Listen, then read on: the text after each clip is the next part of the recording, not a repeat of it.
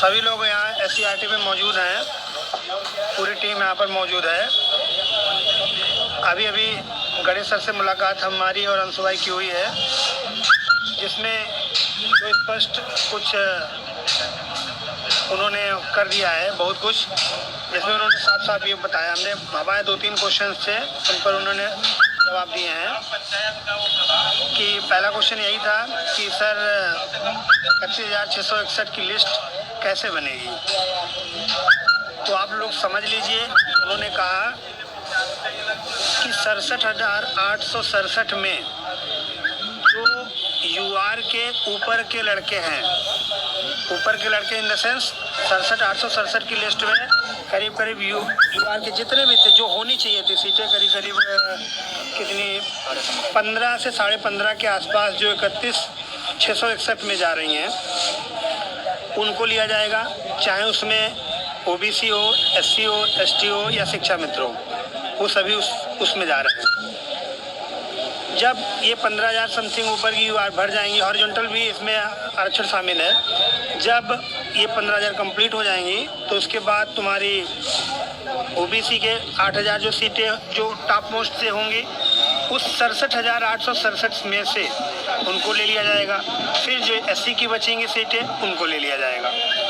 Overall कहने का मतलब, सबसे पहले ये भ्रम आप लोग हटा दीजिए कि 31,661 ऊपर के टॉप मोस्ट के लोगों को काट लिया जाएगा। ऐसा बिल्कुल नहीं है, ठीक। पहली बात तो सबसे मेन मतलब यही हुआ जाके कि 67,867 में से 31,661 को चयन किया जाएगा। दूसरा पॉइंट मैंने पूछा, तो सर जो बाकी के जो 37,000 करीब करीब ये बच रहे हैं, ये कैसे भरे जाएंगे। तो उन्होंने कहा कि सुप्रीम कोर्ट का जैसे ही ऑर्डर आएगा, उसको सेकेंड फेज में हम इनको भरेंगे। तो हमने कहा सर ये हम लोग आगे पीछे हो जाएंगे। कह रहे तो इतना तो देखा ही जाएगा, इतना तो हो ही जाएगा। अब जूनियरिटी सीनियरिटी का नहीं देखेंगे, अब हो रहा है तो क्या किया जाए।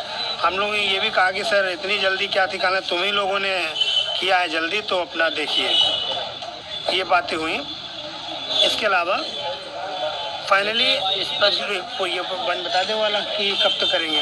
फाइनली ये भी उन्होंने कहा कि हमने कहा सर कब तक ये से स्टार्ट हुआ।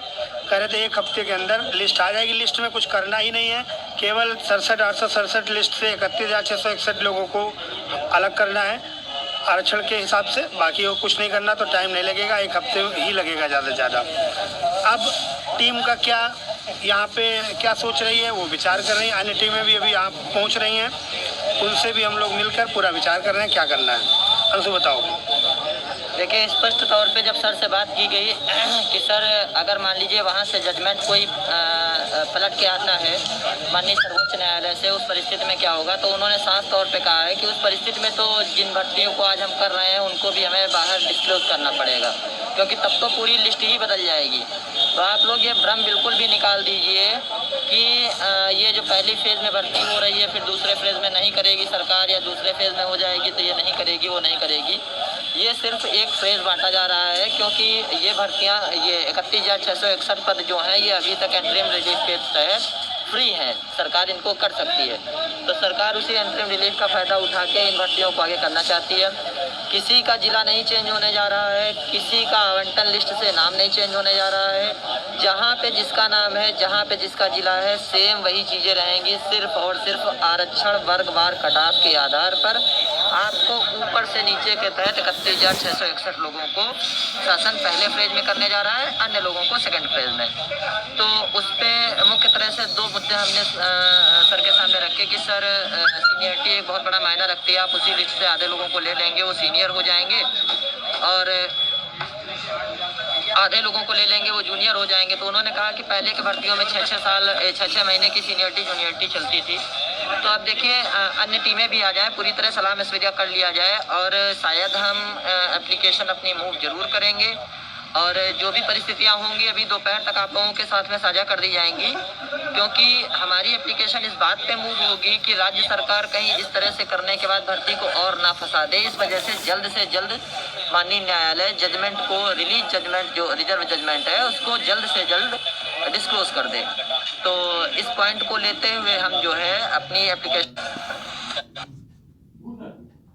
होने जा रहा है। भाई कितनी बार बताएं, जो जिला आपको अलॉट कर दिया गया है, आपको जो डिस्ट्रिक्ट मिल चुका है वही डिस्ट्रिक्ट आपका रहेगा।